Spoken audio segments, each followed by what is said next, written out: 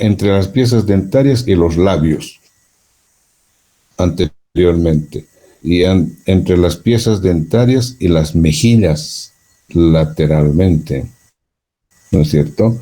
En esta imagen de la derecha estoy mostrando lo que sería el vestíbulo, delante de esas imágenes, y esto que estaría indicando la cavidad bucal propiamente dicha, o sea, toda esta profundidad que está detrás de las piezas dentarias, ¿no? Medial a las piezas dentarias cuando tenemos la boca cerrada.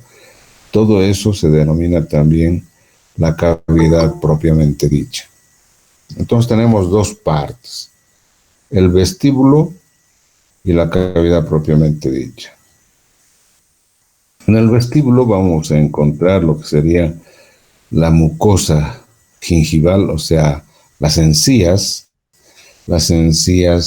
revestidas de su tejido fibroso que pues abrazan a las piezas dentarias más arriba de su corona, ¿no? Más abajo de la corona, revestida por la mucosa, y esa mucosa también está revistiendo a los labios y a las mejillas, o sea que el vestíbulo es prácticamente revestida por mucosa, por delante por los labios, a los lados las mejillas y las encías, tanto superiores como inferiores.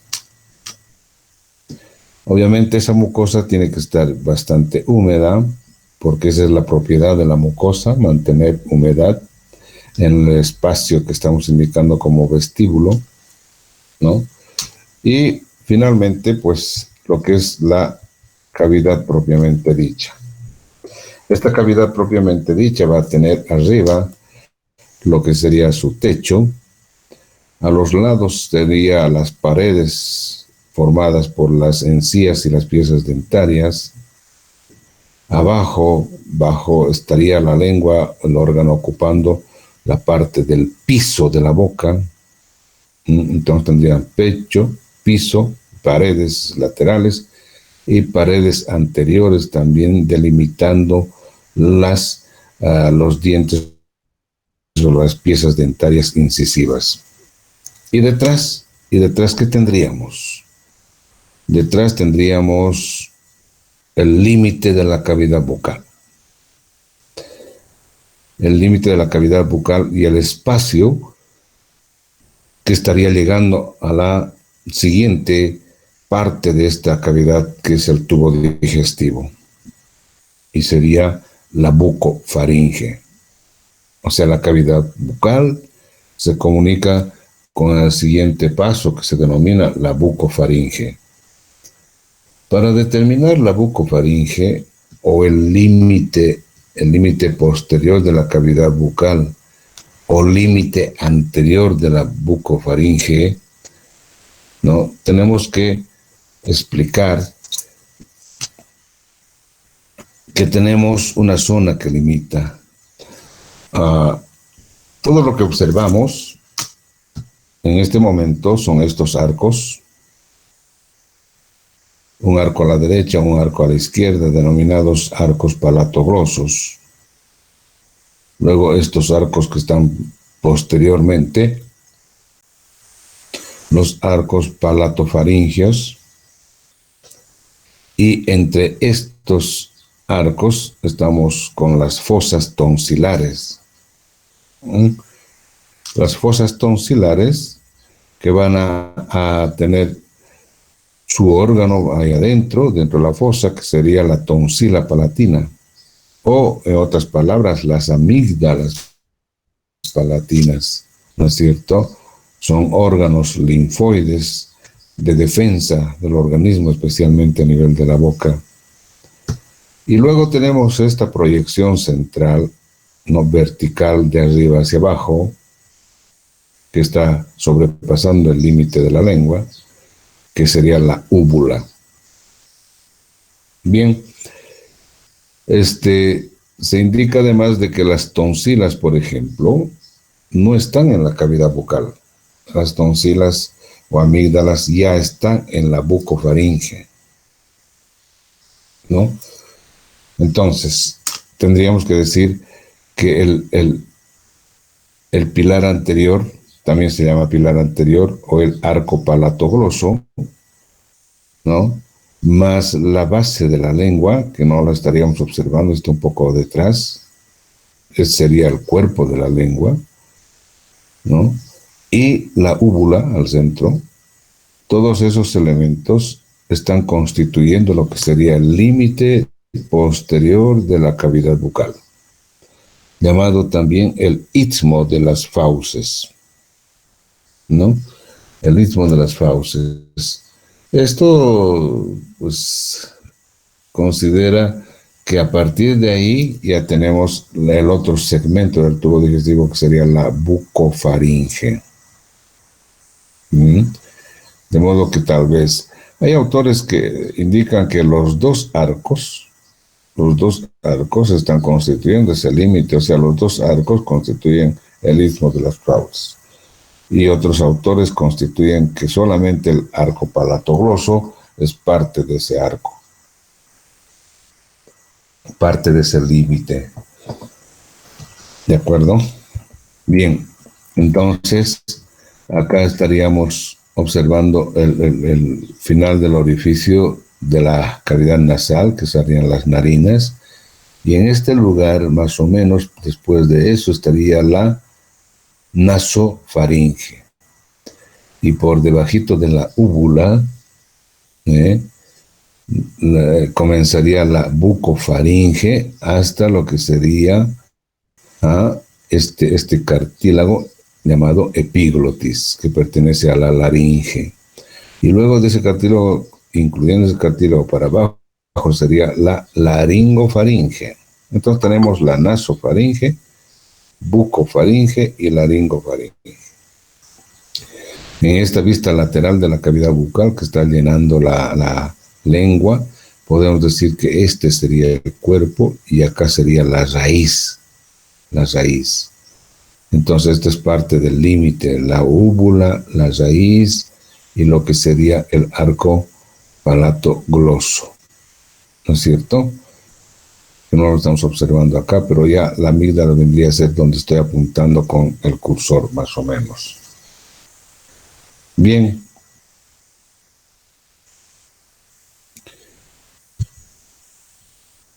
Luego pasamos un poco más allá, que serían los dientes. Los dientes. ¿Qué podemos decir sobre los dientes que van a estar constituidos? Vamos a tener una serie de dientes llamados incisivos, los 4 anteriores, caninos, los laterales hacia atrás, los posteriores a los caninos, los premolares y finalmente los molares, 3 molares. ¿No es cierto? Entonces tendríamos 2, 3, 5, 8 por una mitad, 8 por otra mitad, 16 arriba y 16 abajo, 32 piezas dentarias en una persona adulta, en una persona mayor, ¿no es cierto? De los 18 años para allá. Sin embargo, ustedes conocen que estas últimas piezas dentarias, llamadas también las muelas del juicio, porque cuando salen provocan demasiado dolor, provocan alteraciones en la mordida, provocan alteraciones en la fila de los dientes, etcétera, etcétera. Por eso les llaman así más o menos.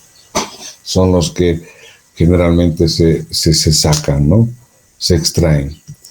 Bueno, pero sin embargo podemos decir que tiene una corona, un cuello y una raíz, ¿no? Una corona, un cuello y 3 raíces o 2 raíces, depende de si es premolar tendrá 2 raíces, si es molar tendrá 3 raíces, ¿no?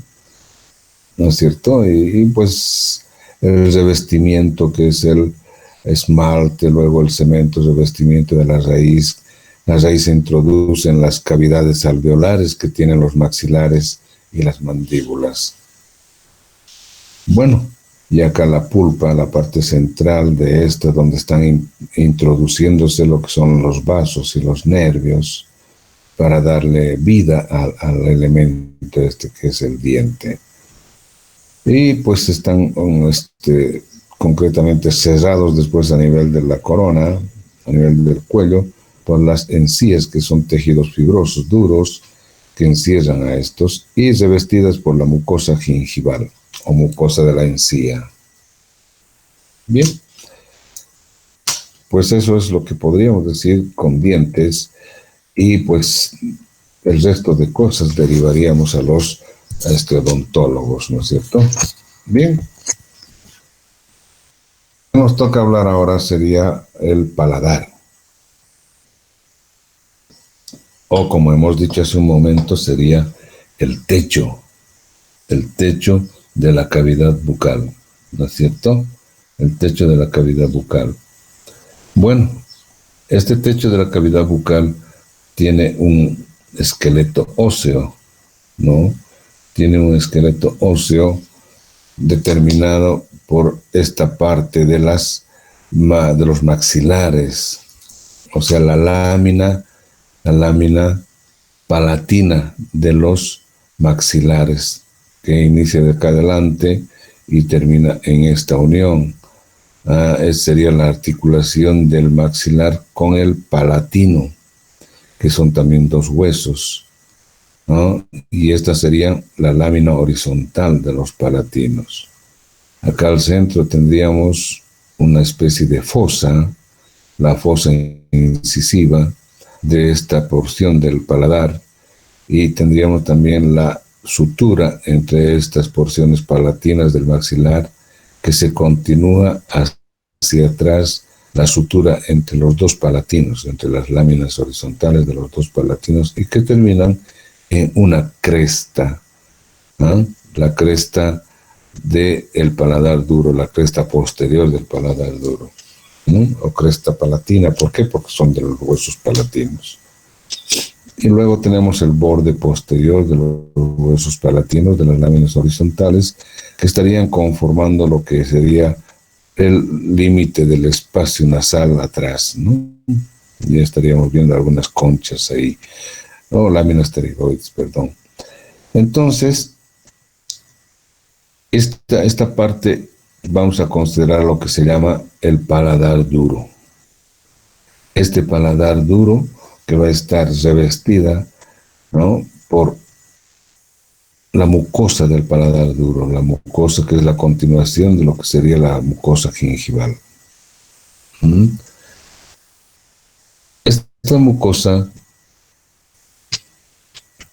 va a estar revistiendo además al interior, que estaría en la parte de la submucosa, esto que serían las glándulas. Hay glándulas salivales esparcidas en toda esta mucosa. Prácticamente estas glándulas, que son glándulas salivales, pero pues, como diríamos, miniaturas, pequeñísimas, etcétera, encontramos en toda la cavidad bucal, en todo lo que sería la mucosa de la cavidad bucal, incluso por fuera, a nivel del vestíbulo, también se encuentran esas glándulas. Y también van a estar interpuestas con glándulas de tejido linfoide, que serían la defensa misma de esa mucosa. En la parte anterior, y dependiendo de cada individuo, vamos a observar estas láminas transversas, estas crestas transversas, surcos transversos, ¿sí?, en buena cantidad de la mucosa de este paladar duro, ¿no? El paladar duro, pues, como su nombre indica, prácticamente es hueso, submucosa y mucosa, ¿no? Que al final de esta parte del paladar duro, ¿sí?, se va a constituir posteriormente lo que sería la aponeurosis del paladar, ¿no? Un tejido igualmente aponeurótico duro, de tejido conectivo denso, que va a ser prácticamente el lugar donde se originarían los músculos del paladar blando. Entonces, a continuación de eso veremos, miren, fíjense, la última pieza dentaria, la última muela, y termina ahí esta parte de la lámina horizontal del palatino, ¿no es cierto? Eso es una referencia. Y entonces consideramos esa referencia, acá están los incisivos, el canino, premolares, molares, ahí estaría terminando prácticamente el paladar duro. Y todo esto resulta ser entonces el paladar blando. ¿Entienden? El paladar blando. Ahora bien, obviamente el paladar blando, que ya les he dicho, se continúa con su aponeurosis palatina, ¿no? Desde el borde de la lámina horizontal del palatino, va a estar continuándose con la mucosa del paladar duro. Y también fíjense los orificios, múltiples orificios que tiene esta mucosa. ¿Por qué? Porque también tiene y contiene muchísimas glándulas pequeñas salivales. Ya vuelvo a decirles que esta mucosa tiene que estar constantemente humedecida y las glándulas salivales más grandes que conocen como parotidia, sublingual, submandibular, van a ser las que secreten saliva cuando tengamos que alimentarnos, ¿no? ¿Qué más contiene este paladar blando? Este paladar blando va a contener, además de lo que hemos dicho, la aponeurosis, la mucosa, etcétera, etcétera, pues vamos a encontrar lo que serían los músculos del paladar blando. Y estos músculos pues van a originarse, ya vuelvo a decirles, en la aponeurosis de la aponeurosis palatina, la aponeurosis del paladar que está saliendo desde la parte del borde posterior del paladar duro. Bien, específicamente acá nos está observando mucho lo que serían los músculos. Vamos a ver en este momento, la lengua se hace para un lado, estamos observando nuevamente la úvula, estamos viendo como una boca abierta nuevamente, como la figura anterior, y acá estamos observando al lado izquierdo esos arcos, ¿no es cierto? El arco palatogloso, el arco palatofaringeo, ahí está la amígdala y al fondo estaría el músculo constrictor de la faringe, ¿no? Estos serían los dos elementos importantes entre los músculos y también este músculo que se va a llamar el músculo de la úvula. Entonces, estamos viendo esos músculos que se están originando ahí. En realidad serían 5 músculos. Acá estaríamos viendo estos arcos que están constituidos por esos músculos que indico, el músculo palatogloso, palatofaringeo, el músculo de la úvula, y nos faltarían estos músculos que estarían en la parte más superior de esto. Bien, ¿cuáles son los músculos que van a constituir esto del paladar blando? Tendríamos el músculo tensor del velo del paladar, el músculo elevador del velo del paladar, el músculo palatogloso, el músculo palatofaringeo y el músculo de la úvula. Bien, el músculo tensor del velo del paladar, como su nombre indica, va a tensar el velo del paladar o el paladar blando a la hora de que tengamos que hacer pasar el bolo, ¿no? O sea, la lengua va a forzar al bolo contra el paladar blando, y como está tenso el paladar del velo del paladar, pues va a hacer que pase el bolo de anterior a posterior. En esta fase, en la cavidad bucal, ¿sí?, cuando el bolo alimenticio se mueve de un lado para otro lado exclusivamente por la lengua, por la acción de la lengua, va a ocurrir la fase voluntaria de la deglución. Y cuando la fase voluntaria de la deglución pasa al límite de la cavidad bucal, pasa a la bucofaringe, pues hay autores que indican que se inicia la fase involuntaria. Hay autores que indican que en la bucofaringe todavía existe la voluntad de el pasaje del óvulo. O sea, que quiere decir que si deseamos podemos regresarlo. No sé, eso es mucha discusión. Sin embargo, podemos decir que el tensor del velo del paladar se inicia en la fosa escafoidea, ¿no? De la lámina medial de la pterigoides, ¿sí? A nivel de la espina también del esfenoides y del cartílago, de este cartílago de la tuba auditiva. Sus fibras vienen hacia vertical, ¿no? Para enganchar en el gancho de la lámina medial de la pterigoides, y luego se va horizontalmente hacia lo que sería el rafe medio. Pues hay una continuidad de la aponeurosis palatina en la parte media que se conoce como rafe medio. Ahí terminaría este músculo, tanto el derecho como el izquierdo, y estos, por esa disposición que tienen que pasar por el gancho de esta lámina, entonces están jalando de medial hacia lateral. Están haciendo fuerza acá arriba y están jalando hacia allá, hacia lateral. Por tanto, están tensando lo que sería el velo del paladar.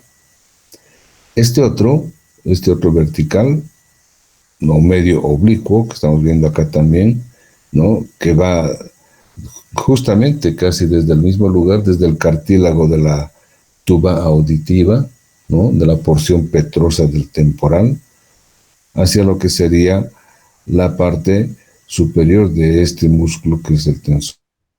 Y pues a la aponeurosis, prácticamente a la aponeurosis palatina. Entonces este músculo va a elevar, va a jalar hacia arriba para ayudar, fíjense ahora, a pasar el bolo. El otro era para comprimir el bolo y este para ayudar a elevar todo lo que es el paladar blando y generar el paso del bolo. O sea, todo este orificio se va a abrir más con el elevador del velo del paladar. Luego tendríamos estos dos arcos, ya hemos dicho hace un momento. Hay uno que parte desde la aponeurosis palatina y se va a ir a la base de la lengua. Ese será el palato gloso. Y finalmente el otro músculo también de la aponeurosis palatina que nace ahí y se va a la pared lateral de la faringe, el palato faringio, ¿no? Fíjense los nombres antiguos: glosoestafilino, faringoestafilino, también pilar posterior, pilar anterior, pero ahora más que todo decimos arco del músculo palatogloso, arco del músculo palatofaringio. Y finalmente este músculo de la úvula, que también nace en lo que sería en la aponeurosis y en la mucosa de toda esta región del paladar blando, ¿no? Y se dirige hacia la línea media colgante, ¿no? Pues para caer o para elevar, pues también coopera, ayuda en lo que sería en el paso del alimento, en el paso del bolo alimenticio. Y finalmente esta porción verdecita, ¿no? Que diríamos se encuentra entre los dos arcos que se denominan entonces la fosa palatina, ¿no? La fosa, para recibir en ese espacio, pues a la tonsila palatina o amígdala palatina. Acá estaríamos observando lo que sería el tensor del velo del paladar. También lo que sería el músculo constrictor superior de la faringe. Acá el palato faringio, no vemos el palato gloso, ¿no? Y acá el músculo de la úvula. Esos serían los músculos en sí del velo del paladar. Acá hay una diferenciación bastante importante en cuanto a la inervación. La inervación de estos músculos, son 5 músculos, es un poco variable. La inervación más importante que tenemos que considerar es sobre el tensor del velo del paladar. La inervación motora, estoy hablando de la inervación motora del velo del paladar, va a estar dada por el quinto par. una rama del quinto par, ¿no es cierto? Ustedes saben que es del nervio mandibular. Las ramas motoras del quinto par están en la tercera rama, o sea, en la rama mandibular. El resto de músculos, o sea, diríamos del elevador, del palato gloso, palato faríngeo y el músculo de la úvula, estarán inervados por el ramo faríngeo del décimo par, ¿no? A partir del plexo faríngeo que va a tener en sus paredes de la faringe. Entonces, cuidado que en un momento dado del examen digan todos los músculos del velo del paladar están inervados por el glosofaringeo, qué sé yo, por el séptimo par, tantas preguntas que se pueden hacer. Recuerden que es por el décimo par, exceptuando el tensor del velo del paladar que está inervado por el quinto par. Estoy hablando de inervación motora. ¿Se ha entendido? Entonces, cuidado que haya alguna confusión respecto a aquello. Bien. Ahora, ¿qué es en cuanto a la vascularización e inervación del velo del paladar? Vamos a decir dos cosas simples.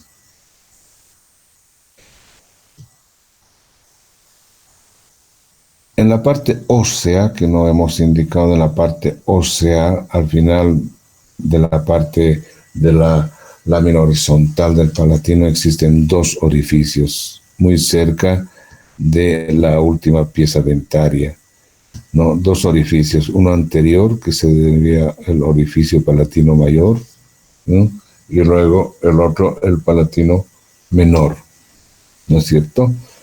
El orificio mayor va a dar paso a lo que sería la arteria palatina mayor, rama de la palatina descendente, y la descendente rama de la maxilar, ¿sí?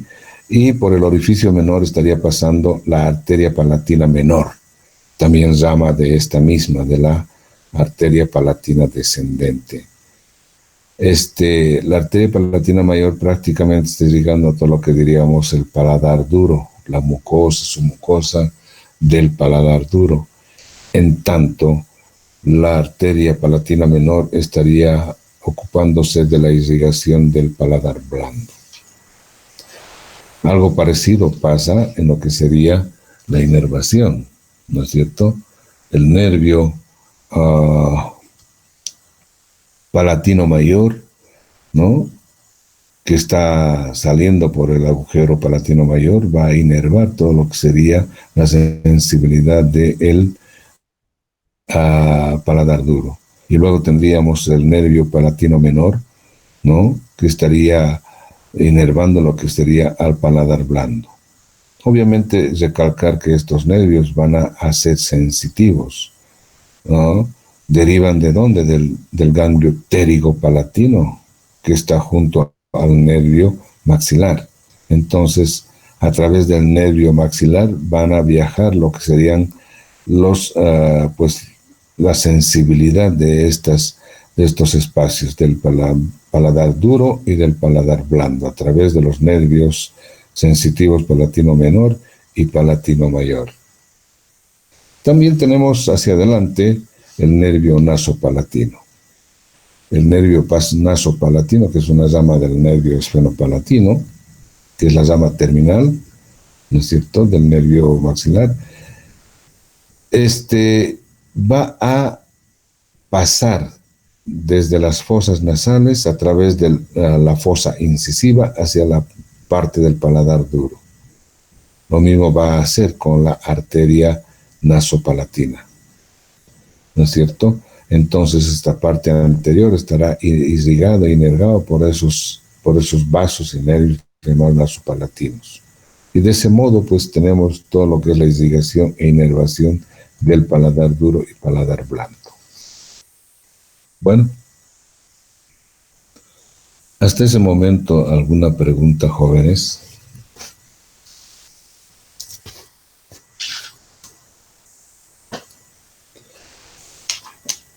¿Alguna pregunta?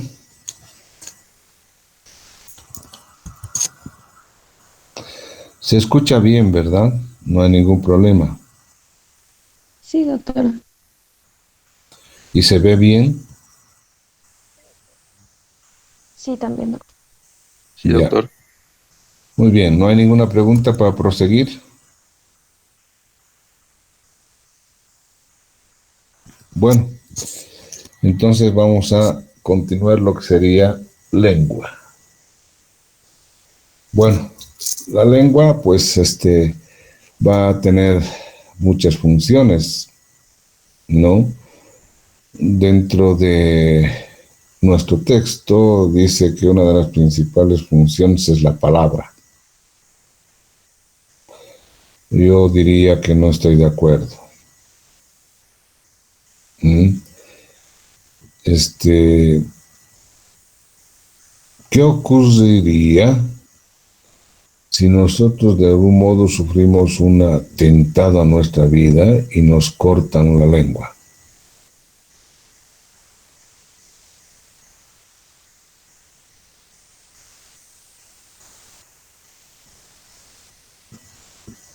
Pregunta a todo el salón.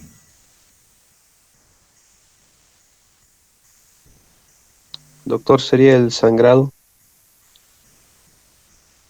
Y si detuviéramos bien el sangrado, Problemas para deglutir. problemas para deglutir, ¿qué más?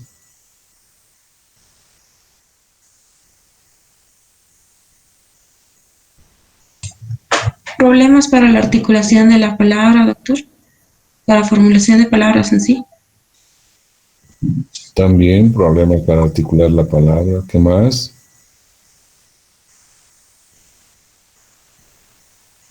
Problemas en la masticación, doctor.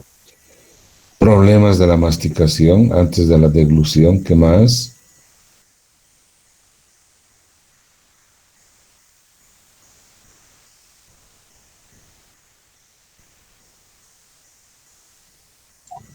Problemas para poder saborear los alimentos.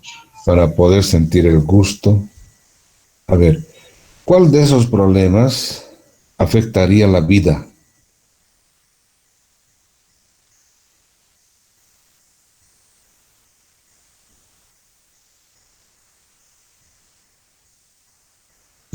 Los problemas para masticar y deglutir, doctor. Los problemas para masticar y deglutir. Y si no hablo, puedo seguir viviendo, ¿no? Sí. Haciendo señas. Si no siento a través de la lengua el gusto, puedo sentir por la nariz, ¿no? Pero difícilmente vamos a poder mascar los alimentos, masticar los alimentos si no hay lengua. Y difícilmente vamos a poder empujar el bolo hacia la faringe. Entonces eso prácticamente atentaría contra la vida del individuo. Fíjense de que el médico tiene que ver dos aspectos, o la función o la vida.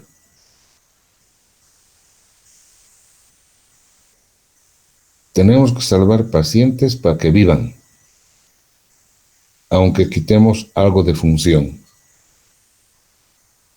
Por decirles, si una grave enfermedad está corriendo peligro de la vida del paciente porque en su brazo o su pierna tiene gangrena, ¿qué podemos hacer? Quitar ese miembro y permitir que continúe su vida. Estamos disminuyendo una función, pero va a continuar vivo. Entonces, el médico tiene que fijarse eso en función de la vida del paciente, tiene que trabajar en función de la vida del paciente. Y eso es lo que se debe analizar permanentemente como médicos. ¿Me cuento? Bien. Vamos a hablar de la lengua, que es un elemento prácticamente musculoso que también tiene un esqueleto, ¿no es cierto? Pero el esqueleto no es un hueso. El esqueleto de la lengua prácticamente es el hueso hyoides, que está lejos de lo que es la lengua, pero ahí nace lo que sería el septum de la lengua, ahí nace lo que sería la aponeurosis de la lengua, que es la parte central de la lengua, y que eso va a ir a fijarse en el hueso hyoides, y a ese elemento se considera como el esqueleto de la lengua. Y el resto de este órgano pues es prácticamente músculo membranoso, músculo mucoso, ¿no es cierto? ¿Por qué? Porque tiene que movilizarse de un lado para otro lado. Eso sería. Y bueno, ¿qué partes tiene la lengua?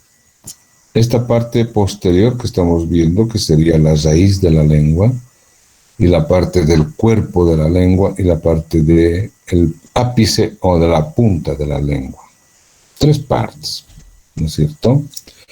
Las 2 terceras partes se dice que es el cuerpo y el ápice, y una tercera parte sería la base de la lengua. En esta otra imagen podemos ver eso. Acá estaría la raíz de la lengua, ¿no? Lo que se fija a nivel del piso de la boca. Prácticamente ahí sería la base de la lengua, la raíz de la lengua, y luego el cuerpo de la lengua, ¿no? ¿Qué elemento está constituyendo esta división?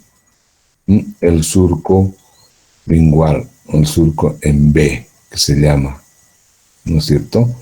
Ese elemento está prácticamente dividiendo lo que sería la raíz y el cuerpo de la lengua, el surco terminal. ¿Entienden? Eso. Lo que está posterior, raíz, y lo que está por delante, el cuerpo de la lengua. A los lados de la raíz estamos observando lo que sería la tonsila palatina o amígdala palatina. Acá serían lo que serían los palatogloso, ¿no? El músculo palatogloso, y luego por detrás el músculo palatofaríngeo, que está yendo ya la faringe, y acá las coanas. Bien, esta es una muestra de arriba. Estaríamos viendo el dorso de la lengua, ¿no? A ver, vamos a regresar nuevamente a esta imagen. Este sería el dorso de la lengua, aunque es la superficie superior de la lengua. Pero si levantamos la lengua, si la ponemos el vértice o el ápice de la lengua contra el paladar, ya sea duro o blando, entonces esto se constituye en el dorso de la lengua, y esto se constituirá en el vientre de la lengua, ¿no? O sea, la cara anterior o finalmente la cara inferior de la lengua. Bien. ¿Qué más podemos decir? En cuanto a la lengua, pues tiene un revestimiento mucoso bastante grande por la superficie dorsal, por los bordes laterales y en la superficie ventral o inferior también. En la superficie inferior prácticamente vamos a ver de que es mucosa nada más y parte del frenillo de la lengua, ¿no? Vamos a ver enseguida. Pero lo más importante es observar lo que tiene a nivel del dorso de la lengua, ¿no? Bien, acá vamos a encontrar principalmente las papilas circunvaladas. Estas papilas circunvaladas, ¿sí?, que a veces se dice que son en cantidad de 9 a 12, están prácticamente delante del surco terminal y delante del agujero ciego que termina en la parte del surco terminal a manera de una V de chica, y también hacen diríamos, esa figura, lo que serían las papilas circunvaladas, que son las más grandes de las papilas gustativas en cuanto a la superficie dorsal de la lengua. Luego tenemos las papilas foliadas, que están yendo desde ahí hacia el dorso. Luego las papilas filiformes, una gran cantidad de papilas filiformes. Y por delante, pues, tienen una forma de setas, las papilas fungiformes, a manera de hongos, que están más o menos en la punta, ¿no? ¿Sí? Entre las filiformes y las fungiformes. Las foliadas casi no tienen mucha particularidad en sí. Las que son más importantes son las filiformes y las fungiformes. Y las circunvaladas son papilas gustativas que están en el dorso de la lengua. ¿Ya? Bueno, después de decir estas papilas, podemos decir algo sobre lo que serían los músculos de la lengua, ¿no es cierto? Vamos a encontrar, pues, se dice 4 músculos extrínsecos y 4 músculos intrínsecos, ¿no es cierto?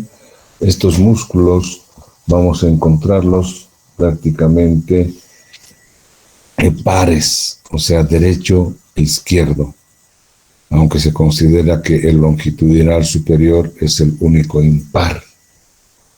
Por tanto, tendríamos 4 por 2, 8, más 6, 14 pares y un impar, 15. Se habla de que son 15 músculos entre los pares e impares, ¿me entienden? Bien, hablando de los músculos extrínsecos, vamos a ver, por ejemplo, el genio gloso que van a partir de las tuberosidades Jenny, ¿no? Pequeños procesos óseos que son 2 superiores, 2 inferiores, los Jenny superiores, Jenny inferiores, ¿no? Los Jenny inferiores van a ir a formar lo que sería este músculo, el genioideo, y los superiores el geniogloso. O sea, van a ir estos músculos hacia la lengua, el geniogloso. El iogloso, el segundo músculo, que va a partir de lo que sería el cuerpo del hueso ioides y va a terminar en la parte posterior de lo que sería la lengua. El estilogloso parte del proceso estiloides para terminar en el cuerpo también de la lengua, y el palatogloso, que partiría desde lo que sería el paladar blando para terminar en la lengua. Entonces, tenemos esos músculos que estamos identificando como los músculos extrínsecos de la lengua. En cuanto a los músculos intrínsecos de la lengua, vamos a decir que el más superior, ¿sí? El más superior, acá estaríamos viendo lo que sería el tabique de la lengua, que estaría dividiendo en 2 partes la lengua, sería el esqueleto, y el músculo vertical, o sea, con sus fibras verticales, sería el longitudinal superior. Vuelvo a recalcar, se considera como un solo músculo que está en el dorso de la lengua, ¿no es cierto? Posteriormente a esto vamos a encontrar lo que sería el músculo transverso de la lengua, ¿sí? Y luego el músculo vertical. Hay unas fibras verticales por acá al final del transverso, ¿sí? Que se van a unir entre el transverso y lo que sería el longitudinal superior, ¿no? Y finalmente acá tendría que haber unas imágenes verticales de lo que sería el músculo vertical y longitudinal inferior. Entonces, de ese modo tendríamos los 4 músculos intrínsecos de la lengua. Se dice que los músculos extrínsecos están moviendo a la lengua de un lado para otro lado. Mueven a la lengua, a la derecha, a la izquierda, hacia atrás, hacia adelante inclusive. Y los músculos intrínsecos están cambiando la forma de la lengua. Estrechan la lengua, alargan la lengua, la punta hacia adelante, acortan la lengua hacia atrás, etcétera, etcétera, de modo que van cambiando la forma exclusivamente. Ahora, hay acciones combinadas entre extrínsecos e intrínsecos para decir que, pues, en algún momento los extrínsecos pueden cambiar forma, en algún momento los intrínsecos pueden mover a la derecha, etcétera, etcétera, ¿no? Si es un intrínseco longitudinal inferior derecho, por ejemplo, pueden mover la lengua a la derecha junto a uno de los extrínsecos. Entonces, ya hay acciones combinadas entre estos músculos. ¿Está claro? Bien, eso es lo que tenemos que tomar en cuenta al hablar de lo que son los músculos de la lengua, ¿no es cierto? Sin embargo, lo más importante de la lengua es que indicar que los músculos de la lengua van a estar movidos por el músculo hipogloso, ¿no es cierto? El músculo hipogloso. Y en su movimiento tanto de forma como de movimientos laterales, posteriores, etcétera, etcétera, ¿no? Como es un nervio que va a entrar hacia la lengua, entonces a través de esa posición está inervando lo que sería esto de los músculos por el hipogloso. Pero, sin embargo, aquello que nosotros hemos considerado hace un momento, que el palato gloso, por ejemplo, el palato gloso va a estar inervado por el décimo par. Cuando hablamos de músculos del velo del paladar, indicamos que uno de ellos es el palato gloso, que está saliendo a través del arco anterior. Entre estos dijimos que el tensor del velo del paladar está inervado por el quinto par. Y los otros 4 están inervados por el décimo par. O sea, dijimos que el elevador del velo por el décimo par, el palato gloso por el décimo par, palato faríngeo por el décimo par y la úvula por el décimo par. Y acá estamos encontrando nuevamente al palato gloso. Y el palato gloso está siendo inervado por el décimo par y no por el hipogloso. El estilogloso también. Estilogloso, ¿no? El iogloso, el eniogloso, que son músculos que son cortos, que están saliendo de ahí mismo y van a ser inervados por el hipogloso, prácticamente. Sin embargo, esa es la parte de inervación motora, ¿no es cierto? La inervación motora. En cuanto a la inervación sensitiva, es un caso diferente, ¿no?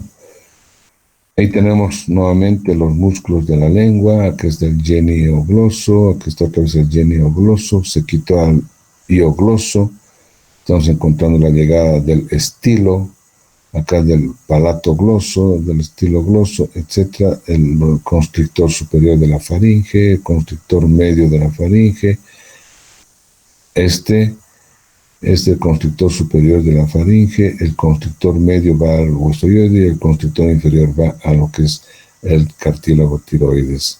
Sería eso ya después en una clase posterior.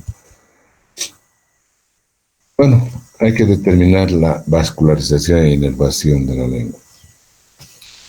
Estamos indicando que el nervio hipogloso es el encargado de la inervación motora de la lengua, ¿no es cierto? Y esto es importante porque tenemos otra inervación de la lengua. La inervación de la lengua también se divide en 3 partes. Si ustedes ven acá, vamos a ver la parte del cuerpo, la parte de la vela lingual y la parte posterior a nivel de la raíz de la lengua, ¿no? En la parte del cuerpo, digamos, de la lengua, vamos a encontrar la inervación sensitiva por el séptimo par. Y la inervación gustativa también por el séptimo par. Luego, esta parte de las foliadas y del surco terminal, y ligeramente esto sería la inervación tanto vegetativa, ¿no? Sensitiva vegetativa, y sensitiva también por el noveno par. Y finalmente la parte posterior de la lengua, toda esta parte de la amígdala, también se llama amígdala o tonsila lingual, está dada por el décimo par, por el nervio laringio del décimo par. ¿Entendido? Entonces, la inervación es bastante complicada en la lengua. El décimo segundo par, el quinto par a través del nervio lingual, el séptimo par a través de lo que es el nervio, la cuerda del tímpano, va a llevar el gusto de la lengua, ¿no? El noveno par también, el décimo par. Imagínense, 5 nervios que vienen a participar en la inervación. Acá estamos viendo el nervio lingual, que es parte del quinto par, para recoger la sensibilidad de la parte del cuerpo. Acá está el nervio glosofaringio para recoger la sensibilidad y el gusto de la parte antecitos de la vía lingual, de las circunvalas y despuesito. Y finalmente el décimo par, ¿no? El décimo par. El quinto par, a través de la unión con el nervio lingual, va a recoger el gusto de la lengua. El gusto de la lengua. Bien, y si vemos un poco más acá, vamos a ver que las diferentes áreas de la lengua van a determinar la diferente captación de los sabores de la lengua. Y eso pues habría que hacer una pequeña investigación activa, ¿no? O sea, en la casa habría que determinar junto con alguna persona que se ayude dónde poner el líquido dulce, el líquido amargo, o sea, el limón, el salado, etcétera, etcétera, para determinar una actividad de experimento donde serían los diferentes sabores, ¿no es cierto? Bien, la irrigación va a estar determinada por la arteria lingual, rama de la carótida externa. Cuando está llegando cerca de la base de la lengua, de la raíz, se divide en una que sería la arteria dorsal de la lengua, que va a ir a irrigar esta parte de la raíz y el dorso de la lengua. Y la otra que sería la arteria lingual propiamente dicha, que va a ir a irrigar el resto del cuerpo de la lengua, ¿no? Y una pequeña rama que va a ir al ápice o al vértice, que se llama la ranina de la arteria lingual. Y pues el regreso va a estar dada por esos mismos que van a ir a formar la arteria lingual para terminar en lo que sería la vena yugular interna, a través de un tronco, el tirolingo, laringo, faringo, facial.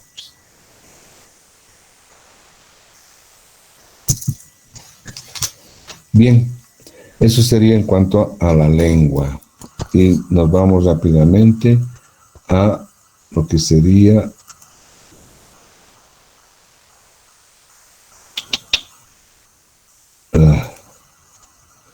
vamos a llevar ahora la última lección, que corresponde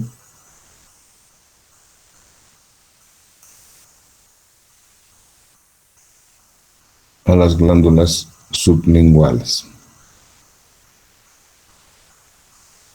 Bien, para hablar de glándulas sublinguales hay que hacer un pequeño repaso de la mandíbula.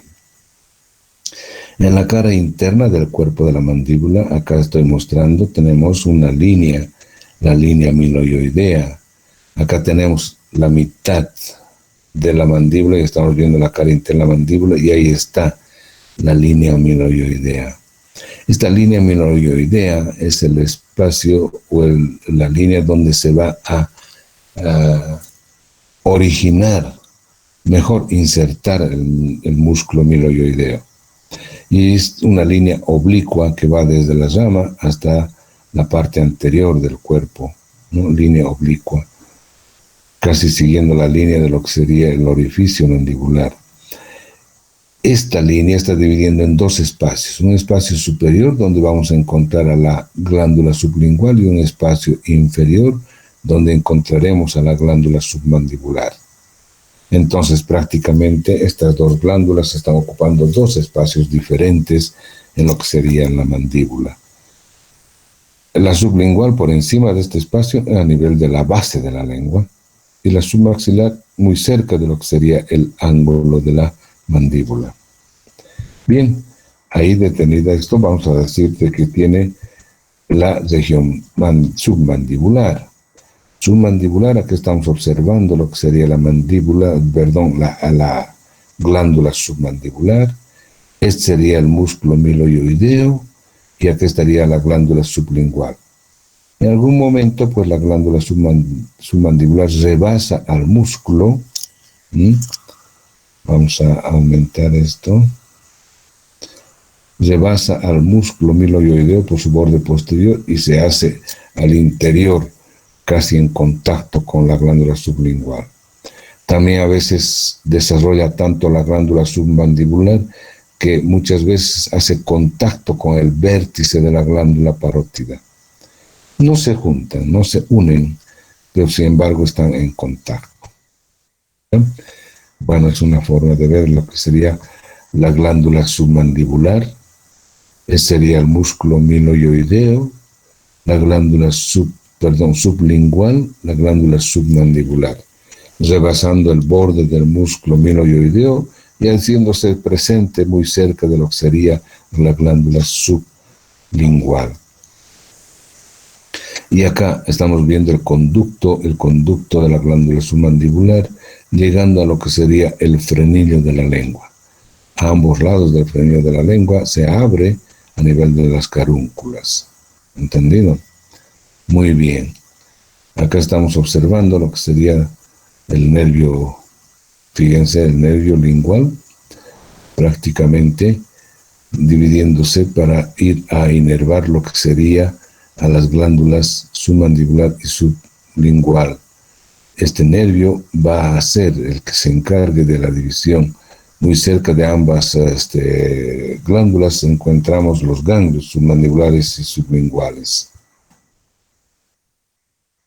Bien, acá estamos en otra vista, viendo lo que sería la glándula sublingual, la glándula submandibular, que tienen más o menos la forma de una almendra, ambos se dice, en una vista de corte coronal, viendo la glándula sublingual a nivel de la base de la lengua, el músculo miloioideo y la glándula submandibular en ese espacio que hemos mostrado hace un momento al ver la cara interna de la mandíbula. Esos dos elementos muy fáciles de entender, ¿no es cierto? Lo importante es entender lo que la inervación va a estar dada por el nervio lingual, ¿no? El nervio lingual va a dar esta inervación, ¿no? Va a haber el ganglio submandibular, de ahí va a generar la función secretomotora a través de una rama que será la rama cuerda del tímpano, ¿no? Que se une el séptimo par con el quinto par y a través de la lingual también llega a lo que sería la glándula sublingual. Igualmente como esto tendrá un ganglio sublingual, igual que el ganglio submandibular, para la inervación secretomotora de esta glándula. La irrigación va a estar dada por la arteria lingual. La arteria lingual a nivel para irrigar la glándula sublingual. Y la arteria facial, que tiene una relación muy estrecha con la submandibular, va a recibir la irrigación de la arteria facial. Bueno, acá estamos observando nuevamente el nervio lingual que va a llegar a la lengua y a través de estos ganglios que son vegetativos van a inervar ya sea la arteria sublingual, a la glándula sublingual y también a la glándula submandibular. Y ese sería el nervio hipogloso. El nervio hipogloso que hemos indicado que es el que mueve los músculos de la lengua, excepto el palatogloso. Los linfonodos van a ser los submandibulares, los sublinguales van a venir a los mentonianos al igual que los submandibulares van a ir a terminar en lo que sería en los linfáticos profundos a nivel de la yugular. Bien, yo creo que eso es todo por ahora, muchachos. ¿Alguna pregunta, alguna duda, alguna aclaración?